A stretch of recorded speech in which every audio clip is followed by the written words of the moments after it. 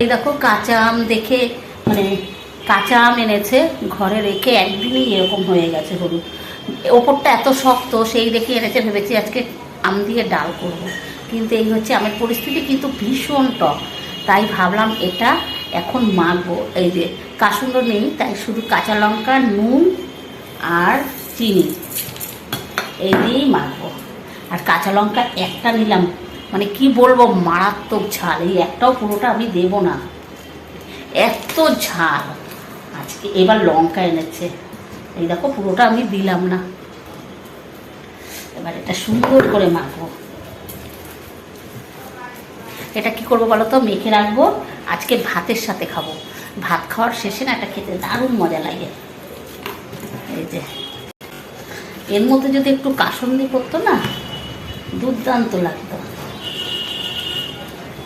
আমগুলো দেখে মনে হচ্ছে পেকে গেছে, কিন্তু যেই কেটে খাচ্ছি দেখে কি টক, ও এমনি খাওয়া যাবে না।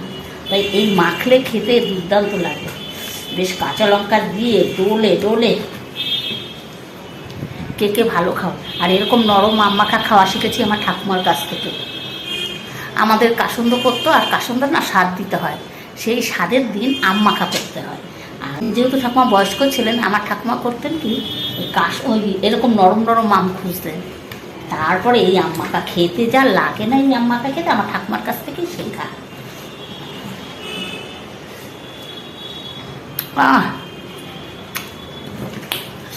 দুধটা তাই ঝাল হয়ে গেছে। এটা ভাত খাওয়ার সময় খাবো। তোমরা কে কে ভালো খাও এটা কমেন্টে জানিও তো। জিভে জল আনা রেসিপি।